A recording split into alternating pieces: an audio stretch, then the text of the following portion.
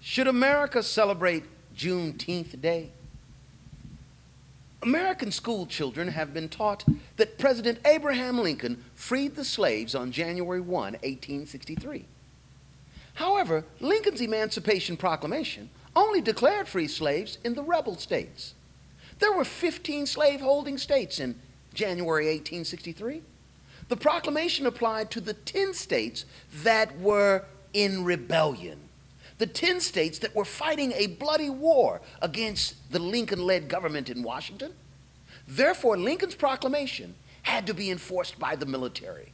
Slaves in the rebel states were freed when federal authority was reestablished in those rebellious states by military force. And African Americans played a major role in the military victory that resulted in their own liberation. African Americans who celebrate Juneteenth Day implicitly embrace the idea that the slaves were freed on January 1, 1863, without any effort of their own. Why do these celebrants accept as truth an inaccurate description of their own ancestors as inert recipients of freedom? Most of them value the importance of knowing their history. Would they continue to celebrate Juneteenth if they knew their history? And why don't they know their history? In a 1935 essay entitled "The Propaganda of History," W.E.B. Du Bois wrote that influential European American scholars falsified the history of the Civil War in order to suppress the fact that the United States government, the Union, quote, had to call in the black men to save the Union, abolish slavery, and establish democracy, close quote.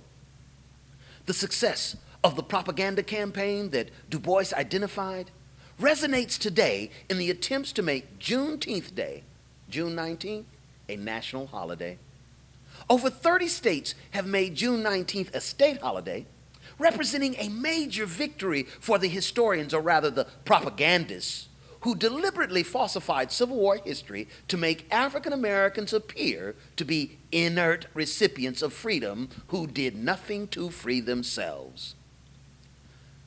The National Juneteenth Observance Foundation, NJOF, under the leadership of Ronald V. Myers, aggressively seeks to make June 19th a national holiday. Announcing that Nevada had become the 39th state to establish June 19th as a state holiday, NJOF explained the significance of Juneteenth. In this news release dated May 11th, 2011, the explanation reads, Juneteenth recognizes the day, June 19th, 1865, when Union General Gordon Granger arrived in Galveston, Texas, to read General Order Number 3, announcing all slaves are free through the issuing of the Emancipation Proclamation by President Abraham Lincoln. It took over 2.5 years for the news to reach Southwest Texas, the last geographic area in America where slavery was practiced, creating the oldest African American freedom celebration and America's second Independence Day.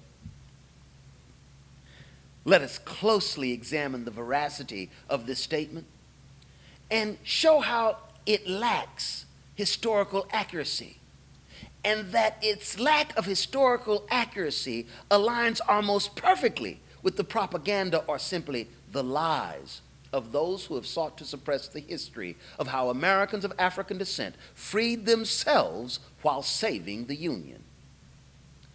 NJOF states, it took over 2.5 years for the news of President Lincoln's Emancipation Proclamation to reach Southwest Texas. Clearly implied is that the enslaved in Southwest Texas were doing nothing to free themselves between January 1863 and June 1865. And clearly advanced is the description of the Negroes in Texas as woefully ignorant of events related to the bloody national debate. NJOF's statement is perfectly aligned with the deliberate lie of W.E. Woodward when he wrote, quote, the American Negroes are the only people in the history of the world, so far as I know, that ever became free without any effort of their own, close quote.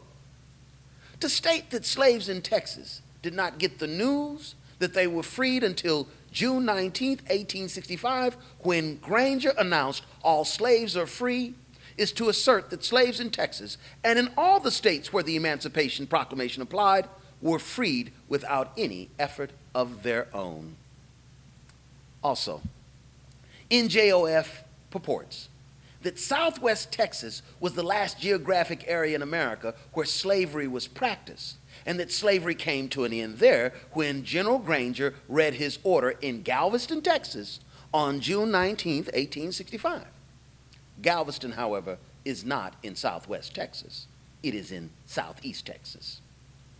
The Union Army, under General Nathaniel P. Banks, captured Brownsville, Texas, which is in Southwest Texas, in November 1863. 5 African descent regiments took part in this Union victory that resulted in the Union Army occupying the southwestern tip of Texas for the duration of the war. These African American regiments became a part of the Union's occupation force in Southwest Texas from 1863 to 1865 and the end of the war.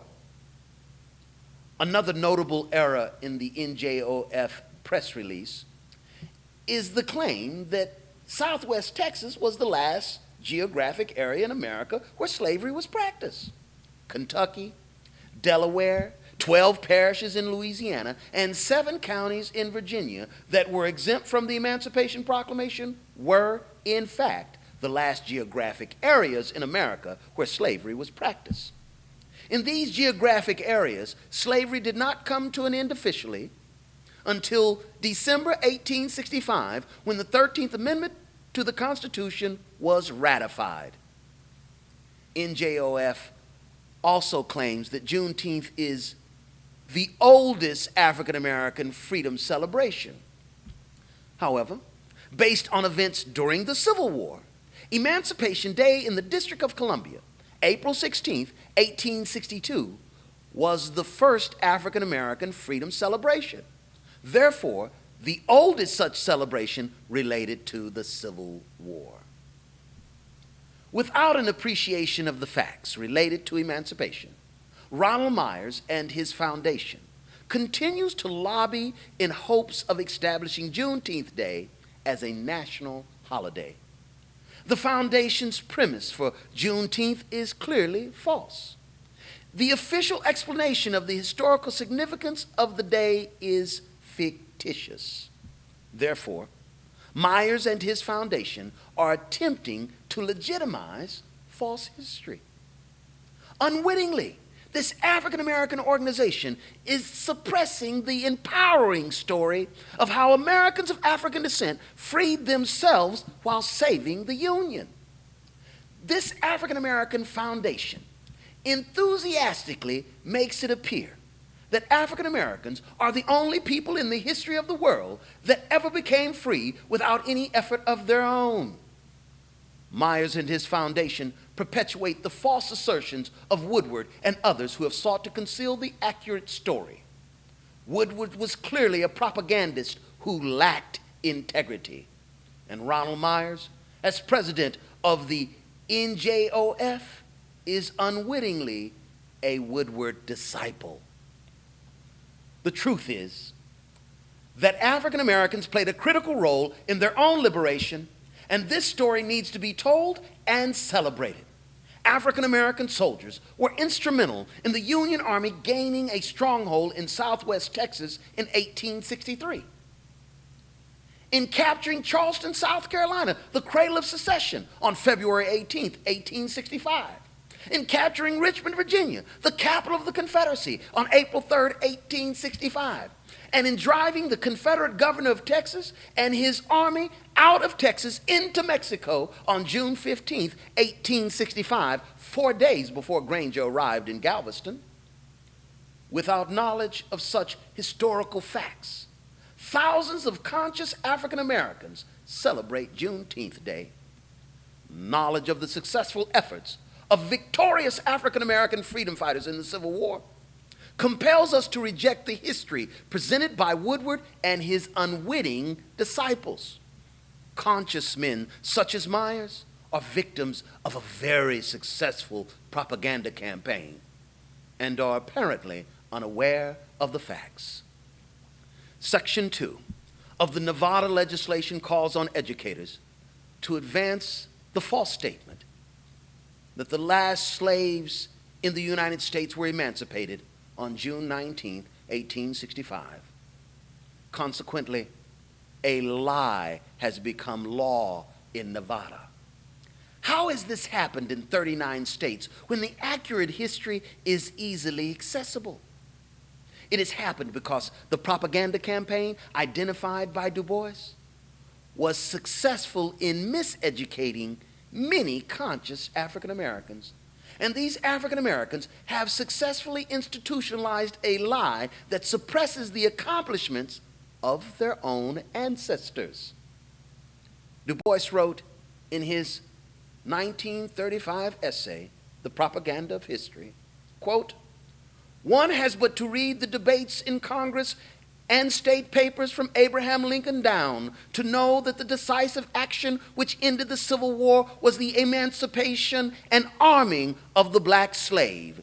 That, as Lincoln said, without the military help of the black freedmen, the war against the South could not have been won. The freemen, far from being the inert recipients of freedom at the hands of philanthropists, furnished 200,000 soldiers in the Civil War who took part in nearly 200 battles and skirmishes, and in addition, perhaps, 300,000 others as effective laborers and helpers." The victims, the miseducated, must be made aware of the truth.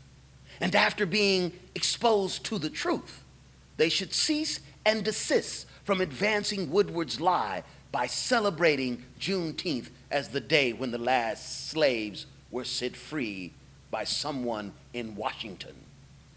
Certainly, informed and knowledgeable people should not celebrate the suppression of their own history. Juneteenth Day is a de facto celebration of such suppression.